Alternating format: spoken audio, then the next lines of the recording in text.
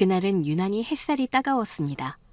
커튼 사이로 비치는 빛이 방 안을 물들였고 저는 머리맡에 놓인 작은 손부채를 천천히 흔들며 창밖을 바라보고 있었어요. 두어 시간째 똑같은 자세로 누워 있었더니 허리가 뻐근하고 목덜미엔 땀이 맺히기 시작했습니다. 조금만 움직여도 토할 것 같은데. 그래도 너무 누워만 있으면 안 된다고 하셨잖아. 며칠 전 근처 산부인과에서 진료를 받았을 때 의사 선생님이 했던 말이 떠올랐습니다. 입덧이 심하시죠? 초기에는 원래 그렇습니다. 그래도 가벼운 산책이나 움직임은 하셔야 해요. 너무 누워만 계시면 더 힘들 수 있어요. 그럼 일은 좀 더 해도 될까요? 일은 조금 쉬는 게 좋겠습니다. 바쁘기도 하지만 정신적 스트레스도 심한 일이라서 우려가 됩니다. 지금은 안정이 제일 중요하거든요. 의사 선생님의 소견을 들은 다음 날, 저는 결국 병원에 사직서를 냈습니다. 검진을 본 의사 선생님은 꽤 단호하게 말했거든요. 지금은 일보다 아기가 우선이라고. 그날 이후 간호조무사로 일했던 병원을 떠났습니다. 바쁘고 정신없는 하루들이었지만 익숙한 곳을 떠난다는 게 생각보다 허전하더라고요. 하지만 아기의 심장 소리를 들은 그날부터 모든 선택이 달라졌습니다. 그래, 지금은 이 작은 생명이 먼저야. 점심이 끝날 무렵, 저는 엄마가 운영하는 식당으로 향했습니다. 무리하지 말라고 했지만 가만히 누워만 있는 것도 좋지 않다고 해서요. 엄마의 식당은 골목 어귀에 자리한 오래된 백반집이었습니다. 문을 열고 들어서니 특유의 된장찌개 냄새가 물씬 풍겨왔습니다. 엄마, 나왔어. 어머, 왔니? 천천히 조심히 왔지? 저쪽 빈자리에 앉아. 손님들 다 빠졌어. 점심 장사는 끝났어요? 얼추 마무리됐지. 아까는 정신 없었는데 다 드시고 가셨어. 엄마는 옆에 앉아 제 손등을 가만히 쓰다듬으셨습니다. 얼굴이 좀 수척해졌네. 입덧 심하구나. 물만 마셔도 울렁거려. 밥 냄새 맡으면 토할 것 같아. 그래도 뭘 먹어야지, 응? 잠깐만 기다려봐. 속상한 얼굴로 고개를 끄덕이던 엄마는 주방으로 들어가셨고 이내 은색 쟁반에 상을 차려 나오셨습니다. 그냥 흰쌀밥에 된장찌개, 김이랑 달걀말이 정도 차렸어. 먹을 수 있겠니? 고마워. 먹어볼게. 숟가락을 들었지만 밥을 한 입 뜨자마자 다시 내려놓고 말았습니다. 목구멍까지 차오르는 울렁임이 너무 심했거든요. 안 되겠다. 미안해, 엄마. 괜찮아. 억지로 먹었다가 다 개워낼라. 됐어. 차 한 잔 우려줄게. 엄마, 내가 이렇게까지 몸이 약했었나? 엄마는 그런 제 말에 잠시 고개를 숙이다가 다시 웃으며 말했습니다. 약한 거 아니야. 사람마다 다 달라. 그리고 넌 이제 혼자가 아니잖니? 네 안에 생명을 하나 더 품고 있으니까 그만큼 더 힘든 거야. 엄마는 밥상을 조용히 정리하며 제 머리칼을 정성스레 귀 뒤로 넘겨주었습니다. 근데 너 진짜 많이 말랐다. 병원에서는 뭐라고 해? 그냥 안정 취하라고. 지금이 중요한 시기래. 입덧은 조금 지나면 나아질 거라고 했어. 그럼 됐네. 잘 견딜 수 있을 거야. 우리 딸 강하잖아. 그 말에 괜히 코끝이 찡해졌습니다. 엄마는 언제나 제 자신보다 저를 더 믿어주는 사람이었거든요. 가난하고 힘든 시절 혼자 벌어 저를 키우면서도 웃음을 잃지 않으셨던 엄마였습니다. 엄마, 나 이 아이 지키고 싶어. 엄마처럼. 나도 그렇게 될 수 있을까? 더 잘할 거야. 엄마는 확신해. 엄마는 제 어깨를 가볍게 토닥이며 주방 쪽으로 향하셨고 저는 자리에서 기대앉은 채 창밖을 멍하니 바라보았습니다. 그 순간만큼은 모든 게 괜찮다고 느껴졌어요. 곧 어떤 일이 일어날지 전혀 모른 채 말이죠. 이거 시골에서 가져온 대추랑 생강으로 달인 거야. 입덧에 좋다더라. 너무 뜨겁지 않으니까 천천히 마셔봐. 컵을 손에 들자 따끈한 온기와 은은한 단내가 퍼졌습니다. 코끝이 찡해지는 게 입덧 탓인지 감정 탓인지 알 수 없었어요. 그때 식당 문이 벌컥 열렸고 누군가가 성큼성큼 들어섰습니다. 구두굽이 바닥을 내리찍는 소리. 순간 등골이 서늘해졌어요. 여기가 네 엄마가 하는 식당이야? 이 코딱지만한 식당 하면서 사장 소리 들으니 좋으세요? 귀를 찌르는 듯한 날카로운 목소리. 짙은 브라운 컬러의 실크 블라우스에 구김 하나 없는 슬랙스. 화장기 짙은 얼굴. 그분은 제가 일했던 병원의 병원장님 사모님이자 제가 사랑하는 사람의 어머니였습니다. 어서 오세요. 갑자기 연락도 없이. 말을 끝마치기도 전에 시어머니는 식탁을 가로질러 다가오시더니 순식간에 엄마의 머리채를 움켜쥐었습니다. 저는 자리에서 벌떡 일어나 달려갔어요. 어머님, 제발요. 그러지 마세요. 사돈? 이런 게 사돈이라고? 이게 말이 돼? 어머님, 제발. 시끄러워. 누가 네 어머니야? 네 어머니라는 소리 아무데나 하고 다닐래? 저희 엄마는 아무 말 없이 고개를 숙이고 있었어요. 반항도 없이, 아무런 대꾸도 없이요. 그 모습이 오히려 저를 무너지게 만들었습니다. 예, 네가 주제를 아니? 간호사도 아니고 너 간호조무사잖아. 고졸의 미혼모 밑에서 자란 너 같은 게 감히? 저희 엄마에 대해 그런 식으로 말씀하시지 마세요. 시모는 그 말에 더 분노한 듯 엄마를 내동댕이 치고는 제게 손가락질을 했습니다. 너 다 노린 거지? 요새 이런 걸 뭐라고 하더라? 임신공격? 맞지? 다짜고짜 애만 가지면 다야? 네가 책임지라고 그런 거지? 말씀이 지나치시네요. 뭐가 어쩌고 어째? 내 말에 틀린 게 있어? 없잖아! 그 말에 눈물이 주르륵 흘러내렸습니다. 입덧보다도 쓰라린 고통이 심장을 찌르는 것만 같았어요. 떨리는 입술로 겨우 말을 잇기 시작했습니다. 어머님, 도윤 씨와 저 진심으로 사랑하고 있어요. 그리고 아이는 저 혼자 만든 게 아니에요. 입 다물어. 뭐가 어쩌고 어째? 사랑? 사랑? 개벽 다구에 밥 말아먹는 소리 하고 앉았네. 너 다시 한 번만 나한테 어머님이라고 해봐. 진짜 가만 안 둬? 시어머니의 말은 계속해서 비수처럼 꽂혔고 그 자리에 주저앉을 뻔했지만 간신히 버텼습니다. 그 순간 머릿속에 짧고 강렬한 기억들이 번개처럼 스쳐 지나갔어요. 아이 아빠를 처음 만난 날이 떠올랐습니다. 3년 전 병원에 인턴으로 근무를 하게 된 병원장님의 아들, 도윤 씨는 묘하게 따뜻한 사람이었습니다. 말단 직원에게도 먼저 인사를 건네고 환자 한 사람 한 사람에게 예의 바른 미소를 잊지 않던 사람이었죠. 병원장님 아들이란 건 생각하지 말아주세요. 그냥 있는 그대로 저를 봐주세요. 처음엔 농담인 줄 알았습니다. 하지만 그는 늘 저를 동등하게 대해줬어요. 직급도 학력도 배경도 따지지 않고요. 그렇게 커피 한 잔으로 시작된 인연은 어느새 진심이 되었고 우리는 사랑에 빠졌습니다. 그러다 얼마 전 임신 사실을 알게 되었을 때 그 사람은 제 손을 잡고 말을 했습니다. 선주야, 내가 당연히 책임질 거야. 아니, 책임이 아니라 나는 널 사랑하니까. 이건 당연한 거고 축복이야. 우리 결혼하자. 근데 도윤 씨 부모님께서 뭐라고 하실지. 너는 신경 쓰지 마. 내가 알아서 할게. 그 사람은 자기 집에 결연하게 선포를 했다고 했습니다. 제가 그 사람의 아기를 가졌고 저와 결혼을 할 거라고요. 물론 그 이후로 시부모님께서는 어떤 말씀도 하지 않으셨죠. 임신 초기 안정도 중요했지만 병원에 소문이 퍼지기 전에 조용히 일을 그만두는 게 좋겠다고 생각했거든요. 그렇게 모든 것을 정리하고 병원을 나왔는데 그날 시어머니가 들이닥쳐 저와 엄마를 짓밟을 줄은 몰랐습니다. 저는 눈물을 삼키며 시어머니의 손을 붙잡고 애원했어요.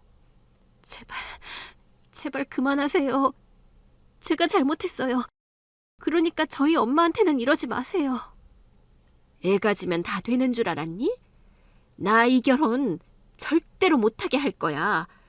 뱃속아이를 어떻게 하건 그건 네 자유지만 만약 낳는다면 너 혼자 키우게 될 거다. 네 엄마처럼 말이야. 시모가 마지막 독서를 내뱉고 식당 문을 박차고 나가려던 바로 그 순간 유리문 너머 검은색 고급 벤츠 한 대가 식당 앞에 서 있는 게 보였어요. 시모도 이상한 기색을 느꼈는지 문 앞에 멈칫 서더라고요. 그렇게 갑자기 식당 문을 열고 들어선 사람은 백발의 노신사였습니다. 단정한 네이비색 정장에 손목에는 클래식한 금태시계, 가죽 구두는 흠 하나 없이 윤이 나 있었거든요. 그분은 들어오자마자 조용히 식당 안을 훑어보았습니다. 어머나, 아니, 회장님? 저는 깜짝 놀라 시모를 바라봤는데 시모의 얼굴이 하얗게 질려 있었습니다. 회장님, 어쩐 일이세요? 이런 누추한 곳까지. 시모가 회장님이라고 호칭한 노신사부는 아무런 말이 없었지만 천천히 고개를 돌려 시모를 바라보았고 그 시선만으로도 무언가에 짓눌린 듯 시모는 허리를 굽혔습니다. 아니, 회장님 언제부터 계셨어요? 제가 목소리를 높인 것에는 다 이유가... 그 말끝이 채 끝나기도 전에 노신사는 조용히 손을 들었어요. 아무 말도 하지 않았지만 그 단호한 손짓 하나에 시모는 말문이 막힌 듯 입을 꾹 다물었습니다. 그 다음 순간 믿기 힘든 장면이 펼쳐졌습니다. 기세등등하던 시모가 무릎을 꿇듯 회장님 앞에 엎드린 거였어요. 그 당당하던 사람, 저희 엄마의 머리채를 잡고 이런 그지 같은 게 사돈인 게 말이 되냐고 악다구니를 쓰던 시모가 완전 의뢰 입장이 되어 있었습니다. 저는 그 자리에 있었지만 눈앞 상황이 이해되지 않았어요. 회장님? 이분은 대체 누구지? 왜 시모가 이렇게까지 두려워하는 거지? 그리고 엄마는 왜 회장님이라는 분을 보며 굳은 얼굴을 하고 있는 걸까? 하지만 회장님은 단 한마디 말 없이 조용히 식당 안쪽을 둘러보더니 자리에 있는 의자 하나를 빼앉으셨습니다. 마치 이 자리가 낯설지 않다는 듯 아주 자연스럽게요. 제가 감정이 격해서 그만... 회장님, 모든 건 다 저도 사정이 있어서 그랬어요. 그치만 혹시라도 제 태도가 불편하셨다면 정말 죄송합니다. 어머님, 아니 사모님, 갑자기 왜 그러시는 거예요? 제 말에 시모는 눈을 질끈 감았지만 대답은 없었습니다. 그 대신 엄마가 조용히 제 손을 잡았는데 엄마의 손은 차가웠고 손끝에 미세한 떨림이 고스란히 전해졌습니다. 엄마는 이분 아는 분이셔? 눈을 떼지 못한 채 그 노신사를 바라보던 엄마는 이내 낮은 목소리로 말했습니다. 오실 줄은 몰랐어요. 저희 엄마 또한 회장님이라는 분을 아는 게 분명했죠. 저만 빼고 모두가 그 상황의 맥락을 알고 있는 듯 했습니다. 저만 그 노신사가 누구인지, 왜 이곳에 온 건지, 왜 시모가 무릎을 꿇었는지를 모른 채 허공에 떠있는 기분이었어요. 회장님은 조용히 고개를 끄덕이며 시모를 잠시 바라보더니 시선을 돌려 엄마에게 말했습니다. 잘 지내셨나? 네, 많이 늦었네. 엄마는 놀란 듯 눈을 한번 깜빡이더니 고개를 깊숙이 숙였습니다. 예, 그럭저럭 지냈습니다. 여전히 묵묵히 사시는구먼. 엄마는 그 말에 대답하지 않았습니다. 대신 눈을 살짝 감은 채 손등으로 앞치마 자락을 만지작거리기만 했어요. 그 조용한 눈짓과 몸짓들 사이로 뭔가 큰 이야기가 있다는 걸 느낄 수 있었습니다. 엄마, 이분이 대체 누구야? 왜 어머님이 저렇게... 엄마는 말없이 제 손을 꼭 잡고 고개를 저었습니다. 말하지 않겠다는 의미인지 아직 말할 때가 아니란 뜻인지 알 수는 없었지만 그 손의 힘에서 무언가 깊은 사연이 있다는 걸 느꼈습니다. 그 노신사는 다시 시모를 바라보며 단호한 눈빛으로 조용히 입을 열었습니다. 말을 아껴야 한다는 생각이 들지만 다만 조금 전에 봤던 당신의 모습은 매우 실망스럽습니다. 그 말에 시모는 고개를 깊이 숙이며 중얼거렸어요. 제가 이성을 잃었습니다. 제 행동이 경솔했고 부끄럽습니다.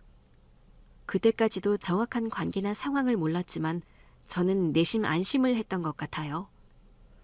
노신사분의 등장으로 인해 시어머니가 더 이상 엄마를 향해 소리치지 않고 머리채를 잡지도 않고 감정을 쏟아내지도 않게 된 것만으로도 저는 너무도 안도감이 들었습니다. 눈앞의 상황은 여전히 혼란스럽고 이해되지 않았지만 지금 엄마를 보호할 수 있다는 것, 그 자체만으로도 눈물이 나도록 다행스럽게 느껴졌어요. 그렇게 시어머니에게 따끔하게 한마디를 하신 회장님은 조용히 자리에서 일어나 식당 안을 둘러보았습니다. 식당 안은 침묵 속에서 미세한 숨결 하나까지도 크게 들릴 만큼 고요했어요. 참 아늑한 식당이로구만. 사람 냄새가 나는 곳이야. 네? 음식 냄새밖에 안 나는데요?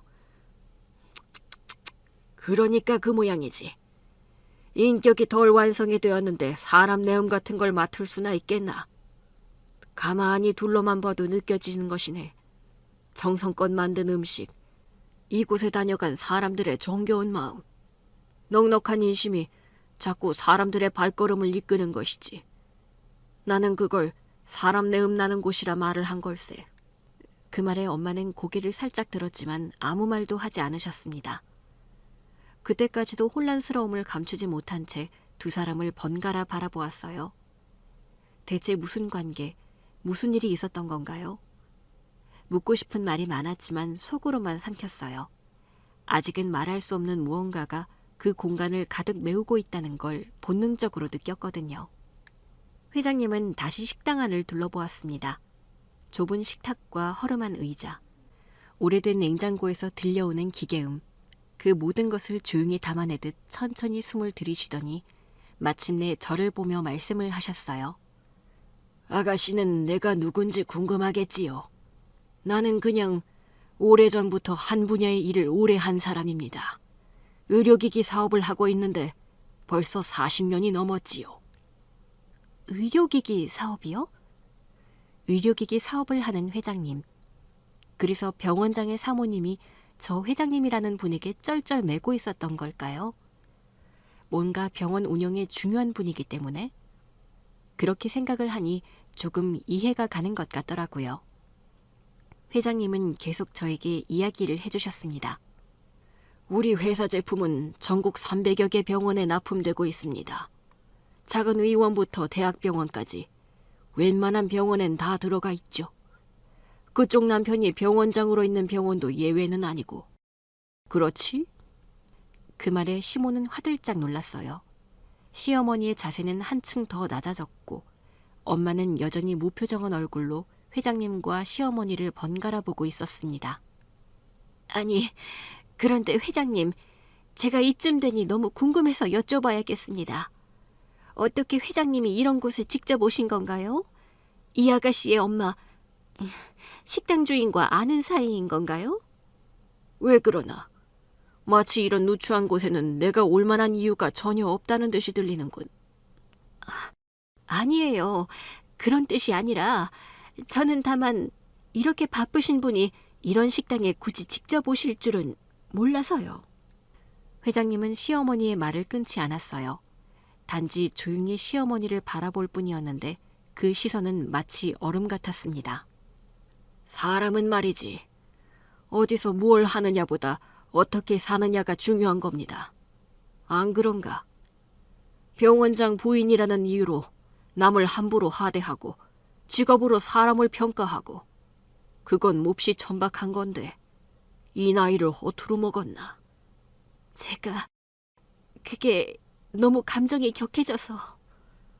병원장의 아내라는 자리가 그렇게 남한테 위세를 부릴 수 있는 자리, 남을 낮춰봐도 되는 자리라 생각했습니까? 회장님의 송곳과 같은 질문, 시어머니는 대답을 하지 못했어요. 입술을 몇 번 달싹거렸지만 그저 바닥만 바라보며 눈을 굴릴 뿐이었습니다. 이 식당, 그리고 이 식당을 운영하는 주인, 그리고 그 딸. 자네는 무엇을 보고 그리 말을 함부로 했나? 출신과 직업만 보고 함부로 대해도 되는 존재라 생각을 한 건가? 가만히 들어보니 회장님이라는 분의 말씀은 저와 엄마의 편을 들어주는 것 같았어요. 그러자 비로소 가슴 한편이 풀리는 듯한 기분을 느꼈습니다. 그동안 단 한 번도 우리를 위해 이렇게 말을 해준 적이 없었거든요. 대접받고 존중을 받고 싶다면 무엇보다 먼저 가져야 할 건 인간에 대한 존중이지. 아무리 좋은 옷을 입고 비싼 음식을 먹고 높은 자리에 앉아 있어도 그 마음이 비루하면 아무 소용이 없는 것이지. 이 아가씨가 어떤 환경에서 자랐건 지금 이 아가씨가 어떤 사람인지 생각하지 않고 비하하고 조롱하는 것은 자네가 가진 그 인격을 드러내는 것이지. 자네의 말 한마디 행동 하나가 얼마나 추한지 본인만 모르고 있는 것 같아 안타깝구만. 식당 안 공기는 숨조차 쉬기 힘들 만큼 무거웠어요. 시어머니는 더 이상 변명도 하지 못한 채 그대로 고개를 숙였고 저는 회장님을 바라보았어요. 그건 단순한 연륜이나 경험에서 오는 위험이 아니었습니다. 그분의 말엔 무게가 있었고 말보다 더 큰 존중이 담겨 있었거든요. 그때 회장님이 천천히 제 쪽으로 고개를 돌렸습니다. 그 눈빛은 부드럽게 느껴졌지만 어디선가 알 수 없는 묘한 울림이 가슴에 와닿았어요. 아가씨는 괜찮습니까? 그 한마디에 저는 순간 말문이 막혔습니다. 이제껏 저는 그런 질문을 들어본 적이 없었거든요. 괜찮냐고 물어보는 사람, 제 마음을 먼저 살펴보는 사람은 아기 아빠인 도윤 씨, 그리고 저희 엄마밖에 없었어요. 네, 괜찮습니다. 감사합니다. 그 말이 입에서 나오는 데까지 참 오래 걸렸어요. 눈물이 나올까봐 말끝을 짧게 잘라야 했습니다. 그래요. 아직 해야 할 이야기가 많습니다. 그 말과 함께 회장님은 다시 엄마 쪽을 바라보았어요. 엄마는 여전히 눈을 감은 채 고개를 떨구고 있었는데 그 모습을 바라보며 또 다른 무언가가 시작될 것 같다는 예감이 들었습니다. 그런데 회장님의 따끔한 충고에 입을 꾹 다물고 반박도 하지 못한 채 바닥만 바라보던 시어머니가 갑자기 입을 열었습니다. 목소리는 작았지만 그 안에 담긴 감정은 복잡하게 느껴졌어요. 저 회장님의 말씀이 100번 다 맞습니다. 제가 너무 앞만 보고 달려와서 그런가 봅니다만 저도 나름의 사정이 있었어요. 회장님은 무표정한 얼굴로 시어머니를 바라보고 계셨어요. 그 눈빛은 여전히 차가웠지만 더 이상 시어머니를 향해 말은 하지 않으셨습니다. 그러자 시어머니는 그 시선을 견디며 속 이야기를 꺼내기 시작했습니다. 회장님, 저 나름 좋은 집에서 자랐습니다. 아버지는 공무원이었지만 집안 대대로 지역 유지인 집의 장남이었고 저희 어머니는 교사셨어요. 어린 시절부터 예절 교육을 엄격하게 받으며 자랐고 누구에게 흠잡힐 일 없이 곱게 자란 딸이었습니다. 지금 제 남편, 그러니까 병원장이죠. 그 사람과 결혼할 때 그이가 당시 의사였는데 개원을 하려고 했거든요. 그때 저희 친정에서 병원 설립 자금을 많이 도왔어요. 그 당시 저희 아버지가 은퇴하실 무렵이었는데 퇴직금까지 보탰지요. 의사 사위 맞이한다고요. 저희 엄마는 시어머니의 말을 묵묵히 듣고 있었고 회장님은 고개를 한번 끄덕이셨어요. 제가 여기까지 오기 위해 얼마나 많은 걸 포기하고 감당했는지 아무도 몰라요. 남편 개업 초기 환자 한 명 없을 때 제가 새벽마다 전단지를 붙이고 다녔고 약국에 일일이 인사를 다니며 병원 소개도 부탁을 드렸어요. 병원 수익이 조금씩 나기 시작했을 때도 저는 남편에게 허튼 소리 한마디 안 했습니다.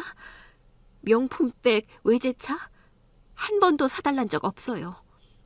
대신 직원들 월급은 한 번도 밀리지 않게 제가 장부를 정리하고 세무사랑 싸워가며 매출을 관리했다고요. 시어머니는 울컥하는 듯 고개를 살짝 들었는데 눈가는 어느새 붉게 물들어 있었고 어깨를 들썩거리고 있었습니다. 그런 시간들이 쌓였고 차차 이름을 알리게 된 것이지요. 그러다 지금 병원의 병원장이 된 거예요. 남편이 지금 병원장이라는 직책을 가진 거, 그 자리에 있는 건 결코 저희 남편 혼자 이룬 게 아니라고요. 시어머니는 호소하듯 이야기를 했지만 회장님은 그 말에도 별다른 반응을 보이지 않으셨어요. 하지만 시어머니는 꿋꿋하게 본인의 이야기를 이어갔습니다. 그래서 그 나름의 이유라는 것이요. 제가 남들이 보는 것처럼 그냥 온실속 화초처럼 자란 게 아니라 성실하게 살아왔고 밤낮 없이 의사 남편 내조를 하면서 우리 아들을 키웠는데 우리 아들이 이 고졸 출신 간호조무사인 아가씨랑 결혼을 한다고 하니 그저 아들 앞길에 누가 될까 봐 두려웠던 거예요. 그냥 그게 전부예요. 저는 그 말에 조용히 눈을 감았어요. 시어머니의 말 속에서 진심이 느껴졌거든요. 다만 그 진심을 드러내는 방식이 너무 날카롭고 공격적이었기에 저와 엄마는 상처를 받아야만 했던 거죠. 사모님의 마음을 조금은 알 것 같아요. 그때까지 말없이 이야기를 듣다가 조용히 입을 열었거든요. 시어머니는 제 쪽을 바라보았지만 아무 말도 하지 않았습니다. 그저 입술을 깨물 뿐이었죠. 그때 회장님이 천천히 숨을 들이쉬며 말씀을 하셨습니다. 노력했다는 건 알겠네. 자네 인생의 시간들, 그 무게도 인정해. 하지만 그 모든 시간과 수고가 남을 하대하고 얕잡아 볼 자격을 만들어주는 건 아니지 않은가. 병원장의 사모라면 그에 맞는 인품과 덕을 갖춰야지. 좋은 집안에서 잘 자란 사람이라면 다른 누구보다 사람을 배려할 줄 알아야 하는 법 아닌가. 회장님의 그 말씀은 무거웠어요. 그렇게 방금 전까지 자신이 얼마나 노력했는지를 토로하던 시어머니는 입술을 꾹 다문 채 더 이상 말을 하지 않았습니다. 겉은 멀쩡해 보이는 나무라도 그 썩은 뿌리는 감출 수 없는 법이지. 자네의 말과 태도는 스스로 썩은 뿌리를 드러낸 것과 다름이 없네. 하지만 지금이라도 바꿀 수가 있다네. 그렇고 말고. 하지만 달라지는 것은 자네의 선택이지. 회장님의 말을 듣고 침묵을 하던 시어머니가 고개를 들었어요. 모든 것을 다 수긍한 줄 알았는데 회장님의 따끔한 일침이 다시금 시어머니의 폐부를 찌른 듯 그 눈빛에는 억울함과 분노가 뒤섞여 있었습니다. 그래도 회장님, 이건 아니에요. 우리 아들 생각을 하니 이건 정말 아니에요. 제가 우리 아들을 얼마나 힘들게 가졌는지 아세요? 결혼한 지 5년이 지나도록 애가 들어서질 않았어요. 그 당시 유명하다던 산부인과 한의원, 침 맞는 데를 다 다니고 심지어 민간요법까지 다 해봤어요. 그때 제 심정이 어땠는지 아무도 몰라요. 겨우겨우 병원에서 호르몬 치료받으면서 시술을 몇 번씩이나 반복했어요. 한 번은 뱃속에 생겼던 생명을 그대로 떠나보내기까지 했네요. 그때 제가 얼마나 무너졌는지 아시나요? 시어머니의 눈가에 눈물이 맺혔고 저희 엄마는 말없이 고개를 떨군 채 손등으로 앞치마 자락만 잡고 계셨습니다. 그렇게 겨우 얻은 아이예요. 세상에 하나뿐인 내 아들. 병원장 사모니 뭐니 그런 거 다 필요 없네요. 우리 아들 태어난 이후로 저는 그 애 하나만 보고 살았어요. 금이야, 옥이야, 남들보다 더 좋은 거, 더 건강한 거, 평생을 그렇게 키웠다고요. 시어머니의 목소리는 점점 격앙되었어요. 흥분한 그 숨결이 식당안 공기를 흔드는 듯 했습니다. 아주 그 옛날에도 기저귀는 수입 브랜드를 썼고 분유도 백화점에서 줄 서서 샀네요. 유아용 가전이랑 가구까지 전부 최고급이었지요. 유치원도 명문사립. 중학교 때부터 대학 입시 준비로 학원 뺑뺑이 돌렸고요. 우리 아들이 서울대 의대 들어갔을 때 제 손을 붙잡고 울던 남편. 저도 같이 울었습니다. 우리 아들은 남편과 저의 자랑이었고 제 전부였어요. 시어머니는 두 손을 가슴께로 가져가며 몸을 들썩였습니다. 눈물인지 분노인지 알 수 없는 감정이 얼굴에 뒤섞여 있었고 목소리가 떨렸습니다. 근데 세상에 그 아들이, 그 귀한 아들이 어느 날 갑자기 간호조무사 아가씨를 임신을 시켰다며 결혼하겠다고 집에 와서 선포를 하는데 제 속이 안 뒤집어지겠습니까? 죄송해요. 그렇게 말씀드릴 생각은 아니었는데. 시끄럽다. 네가 뭘 알아? 내 심장이 얼마나 내려앉았는데. 시어머니는 고개를 절레절레 흔들며 다시 울음을 터뜨렸고 주방 쪽에 있던 엄마는 말없이 눈을 감고 숨을 골랐습니다. 꼴랑 초라한 식당 하나가 전부인 여자예요. 남편도 없이 미혼모로 딸을 낳아 혼자 키웠다죠. 그 억센 팔자에 왜 그런 집안이랑 엮여야 하냐고요. 그 딸은 어떻고요? 정규 간호사도 아니고 고졸의 간호조무사? 내 병원에서 이런 애가 환자 체온 재고 혈압 재면서 그 일이나 똑바로 할 것이지. 감히 우리 아들을 꼬셔? 이게 가당키나 한 일인가요? 그런 마음으로 접근한 거 아니에요. 정말 저는 도윤 씨를... 듣기 싫다. 내 아들이 그 미련한 놈이 무조건 책임지겠다면서 결혼하겠다고 덤벼드는데 내가 정말 미칠 것 같다고. 그동안 내가 우리 집안을 어떻게 지켜왔는데 이런 결혼을 허락하라고? 나는요, 이런 결혼 절대로 못 시킵니다. 절대 못해요. 그 말은 독하게 느껴졌어요. 그 독함 뒤엔 한 아들의 엄마로서 또 병원장의 아내로서 가정을 지키고자 했던 시어머니의 모든 게 담겨 있는 것 같았어요. 그렇게 식당 안은 다시 정적에 잠겼고 시어머니는 흐느끼듯 울기 시작했습니다. 한껏 높았던 목소리는 점차 작아졌고 시어머니의 몸은 작게 떨리고 있었습니다. 그 모습을 보니 정말 이 결혼은 안 되겠구나 그런 생각이 들었어요. 저렇게까지 속을 다 내보이며 반대를 하시는데 이게 맞는 걸까 고민이 되던 그 순간 회장님이 천천히 자리에서 일어나시며 말씀을 하셨고 그 한마디에 시어머니를 포함한 우리 모두가 얼어붙고 말았습니다. 이제 아무 걱정하지 마시게. 이 아가씨는 충분히 자격을 갖췄으니까. 그 말은 짧지만 단호했어요. 저는 순간 당황해 회장님을 바라보았는데 당황을 하기로는 시어머니도 마찬가지였어요. 예? 무슨 말씀이신지요? 회장님은 천천히 시선을 저에게로 돌리더니 잔잔한 미소를 머금고 말씀을 이었습니다. 요즘 세상에도 출신, 신분 그런 걸로 사람을 나누는 걸 나는 그다지 좋아하지 않지만 정말 자네가 며느리감으로 그런 것을 원한다고 하면 여기 있는 이 아가씨는 충분히, 아니 넘치게도 그에 걸맞은 신분의 아가씨라고 내가 장담할 수 있네. 회장님, 제가요? 순간 숨이 멎는 줄 알았습니다. 말뜻을 정확히 이해하지 못한 채 회장님의 눈빛만 바라보고 있었어요. 그런데 그 옆에서 엄마가 갑자기 고개를 숙이며 두 손으로 얼굴을 감싸 안았습니다. 너무 늦으셨습니다. 엄마의 목소리는 떨렸고 억눌린 감정이 배어나왔습니다. 그 말을 하며 엄마는 조용히 흐느끼기 시작했고 회장님은 그런 엄마 곁으로 다가가 조심스럽게 손을 잡았습니다. 그래, 자네 말이 맞네.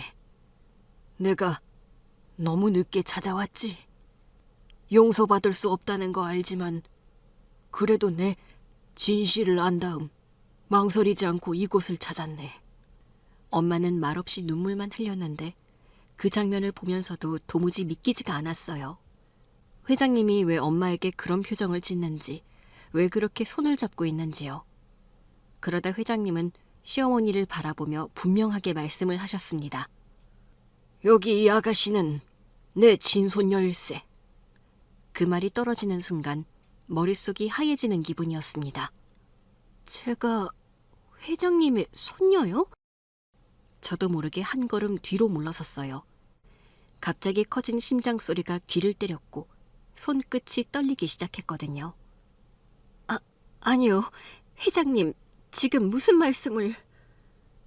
회장님은 고개를 끄덕이며 다시 말씀하셨습니다. 내 아들이 20해가 훌쩍 넘도록 보고 싶어 했던 딸이지. 그 말에 시어머니는 입을 틀어막고 한 걸음 뒤로 물러났어요. 마치 귓속에서 폭탄이 터진 것처럼 그 자리에서 말을 잇지 못하고 주저앉았습니다. 전 아무 말도 못했어요. 세상이 무서웠고 그 시절 어린 우리 딸한테 상처 줄까 봐 애아빠에 대해서 아무 말도 안 했어요. 알고 있네. 자네가 말하지 않았다는 거. 그 덕분에 이 아이가 지금까지 잘 자랄 수 있었는지도 모르지. 회장님은 다시 시어머니를 보며 말씀을 하셨습니다. 이 아이는 내 손녀딸이네. 내 아들의 피가 흐르는 아이지. 그러니 신분이 걱정이라면 이제 안 해도 된다네. 아니에요. 전 그런 게 아니라. 태어나 처음 들은 이야기가 믿기지도 않았고 그걸 아무렇지 않게 받아들이는 것도 말이 안 된다고 생각을 했습니다. 그런 배경이 아니더라도 사랑하는 마음 하나로 도윤 씨와 함께하고 싶었던 저였기에 그 상황이 오히려 더 혼란스럽게 느껴졌어요. 그리고 회장님에 대해 더 놀라운 사실을 알게 되었습니다. 의료기기 사업을 하시는 분이라는 건 알았지만 그것 때문에 시어머니께서 저리 회장님에게 쩔쩔매는 게 이상하다 생각을 했거든요. 알고 보니 회장님은 단순히 기업 회장님이 아니었습니다. 바로 제가 근무하던 병원, 그러니까 병원장 사모님인 시어머니 병원에 건물 주셨던 거였어요. 그걸 알고 나니 왜 그렇게까지 시어머니께서 회장님께 꼼짝 못했는지 이해가 되었습니다. 하지만 그 모든 걸 이용해서 시어머니의 마음을 억지로 돌리고 싶지는 않았거든요. 마음이 굉장히 복잡했습니다. 그렇게 회장님이 모든 걸 인정하셨지만 엄마는 여전히 눈물을 흘리고 있었습니다. 그 눈물은 억눌렸던 세월이 쏟아지는 듯 조용히 흘러내리고 있었어요. 자네도 많이 힘들었겠지. 그 말에 엄마는 조용히 고개를 끄덕였고 제 가슴이 울컥했습니다. 늘 제 곁을 든든히 지켜주던 엄마.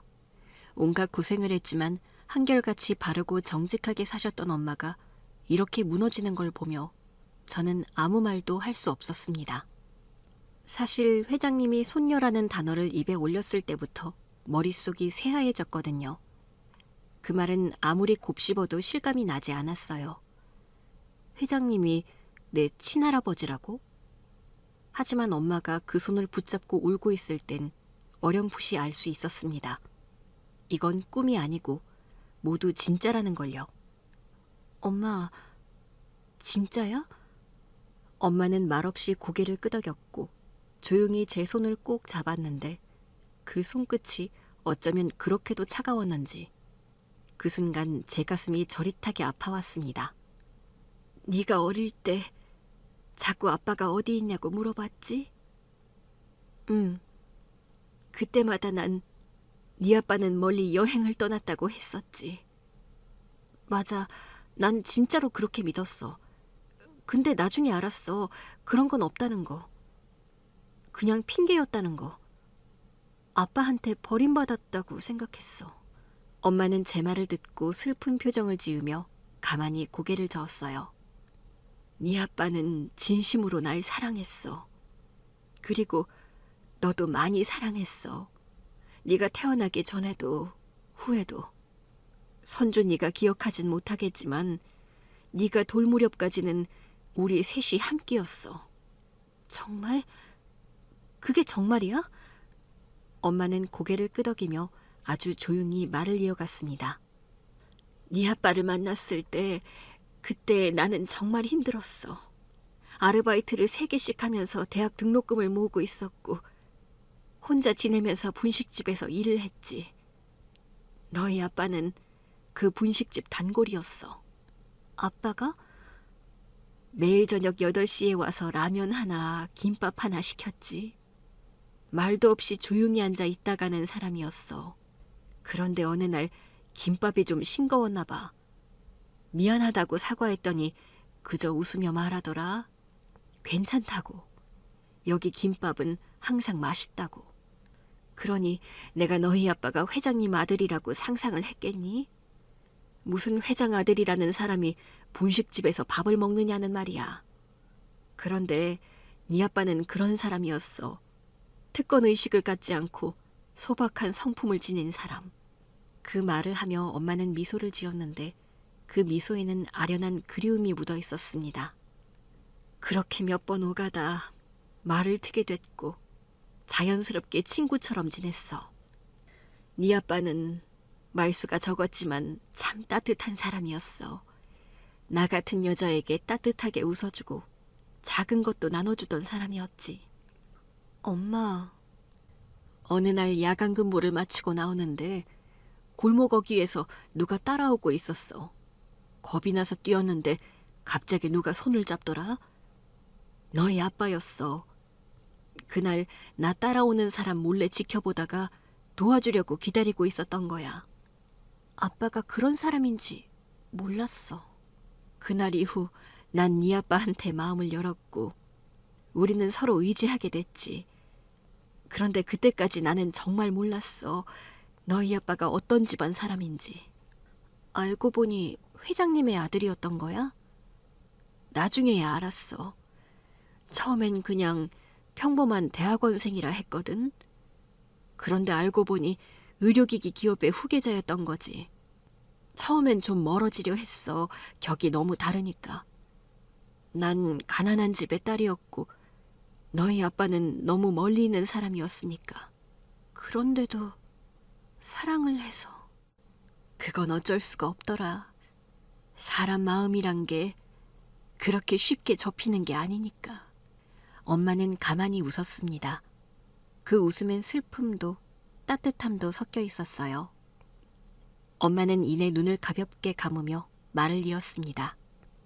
내가 임신했다는 걸 알았을 때 네 아빠는 아무 말도 안 하고 나를 안아줬어.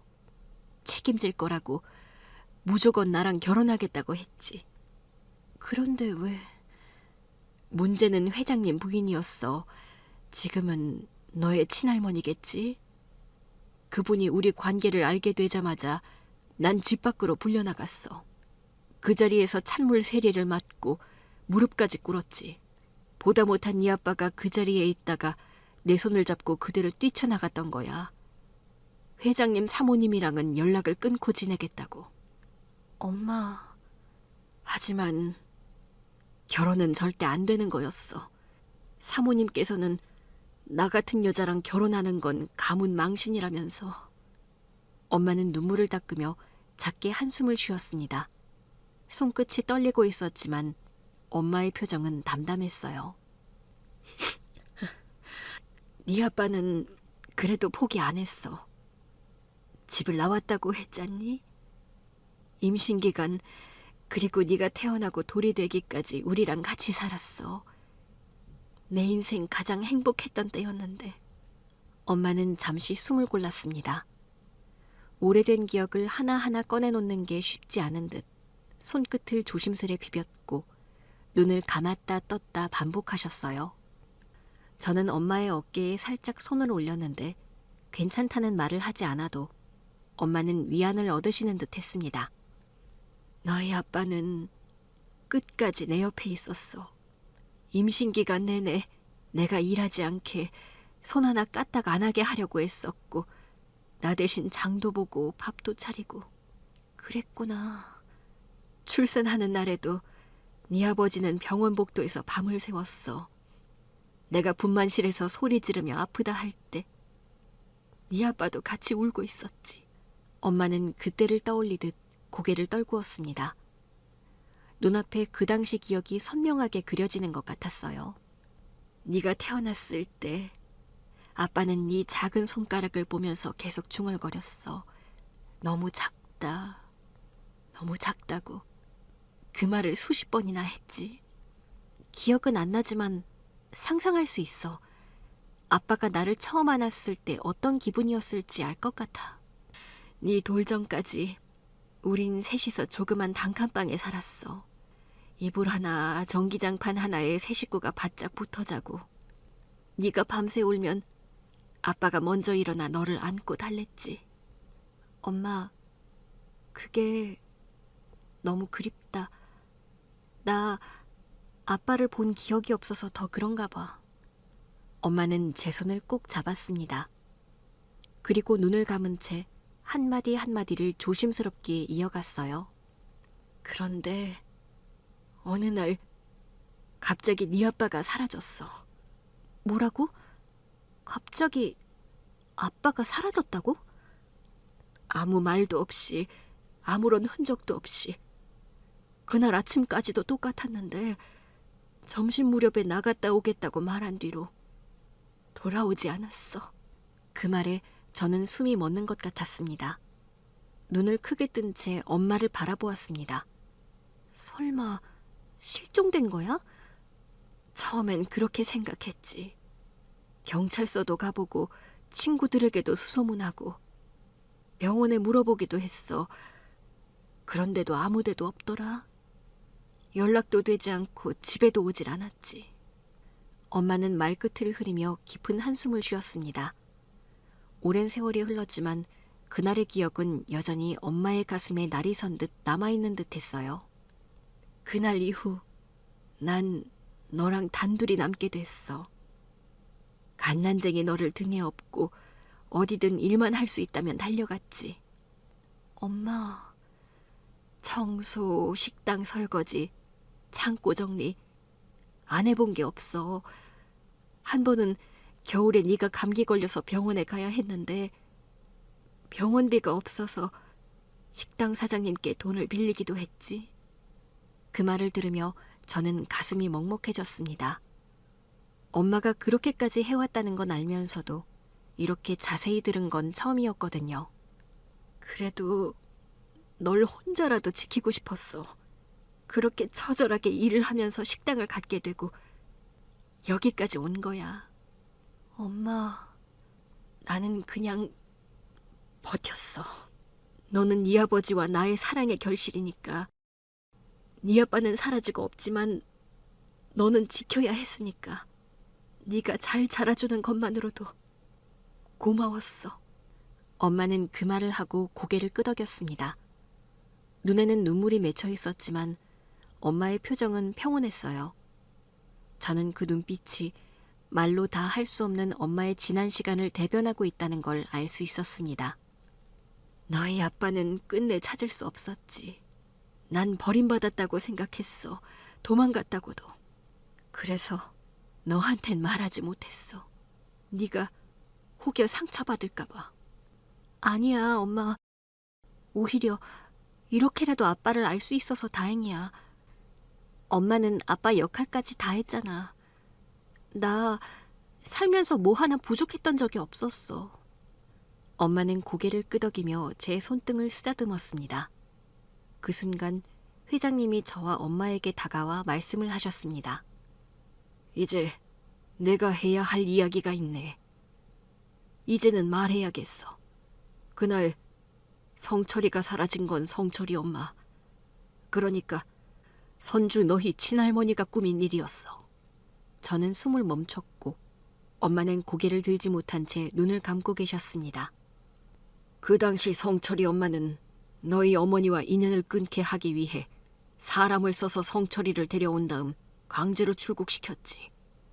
납치에 가까웠던 것 같아. 그게 정말 사실인가요? 그렇네. 나도 성철이가 외국에 있다는 것은 한참 뒤에야 알았어. 내 아들은 수십 년 동안 외국에서 돌아오지 못했네. 그곳에서 살았지. 한동안은 오래 방황을 했지만 결국 거기서 공부도 이어서 하고 그렇게 살았다네. 아내가 정해준 사람과 결혼을 해서 쭉 외국에서 살았지만 행복하지는 않았던 것 같아. 둘 사이에 아이도 없었거든. 성철이는 항상 자네와 선주를 그리워했던 것 같네. 그런 성철이가 말이야. 얼마 전에 세상을 떠났다네. 그 말에 엄마는 조용히 흐느끼기 시작했고 저는 말없이 입술을 떨었습니다. 아들의 유품 중에 일기장이 있었어. 죽기 전에 꼭 그녀를 다시 보고 싶다. 우리 딸 선주를 보고 싶다. 이제 어엿한 아가씨가 다 되었을 텐데 미안하다 선혜야. 미안하다 선주야. 우리 딸. 아빠. 회장님은 잠시 눈을 감았다 떴고 제 쪽을 향해 천천히 고개를 숙였습니다. 내가 너무 늦었네. 자네에게선 남편을, 손주에게서는 아버지를 빼앗은 것 아닌가. 내 아내의 뜻이었지만 나 역시도 묵인하고 있었네. 미안하네. 그 말에 식당 안은 정적에 잠겼고 엄마는 끝내 참지 못하고 조용히 오열하셨어요. 그렇게 갑자기 친할아버지가 생긴 것도 놀라웠지만 그보다 더 놀라운 것은 달라진 사람들의 태도였습니다. 다른 누구보다 특히 결혼을 반대하던 시어머니가 그랬어요. 자네, 사과해야겠지. 모든 것이 밝혀진 이후 시어머니는 저와 엄마에게 진심으로 고개를 숙이며 사과를 했습니다. 제가 정말 몰랐어요. 죄송합니다. 심한 말과 부끄러운 행동 너무나 죄송해요. 회장님이 깨달음을 주시기까지 그게 부끄러운 행동인지도 몰랐어요. 염치 없지만 용서해 주세요. 엄마는 고개를 끄덕였고 저 역시도 시어머님의 마음을 받아들였어요. 회장님, 아니 친할아버지는 이후 엄마와 제가 편히 지낼 수 있는 집을 마련해 주셨고 저는 임신 기간 내내 엄마 곁에서 안정을 취할 수 있었습니다. 그리고 몇 달 후 저는 건강한 아들을 낳았고 남편과는 정식으로 결혼식을 올린 뒤 혼인신고를 마쳤습니다. 그렇게 아들의 웃음소리에 온 식구가 행복한 나날을 보내고 있는 현재, 시어머니는 당연하게도 저희 엄마를 사부인이라 부르며 존중을 다하고 있습니다. 오늘도 장모님께 전화드렸어? 어제 윤호 사진 보낸 거 엄청 좋아하시던데. 엄마는 항상 행복해 하시지. 정말 이렇게 평온한 날이 올 줄은 몰랐는데. 모든 게 감사하다, 여보. 앞으로도 계속 잘 지내야지. 내가 잘할게. 사랑해, 여보. 사랑해, 우리 아들. 제 이야기를 들어주신 여러분들의 가정에도 평안이 깃들기를 멀리서 기도하겠습니다. 감사합니다.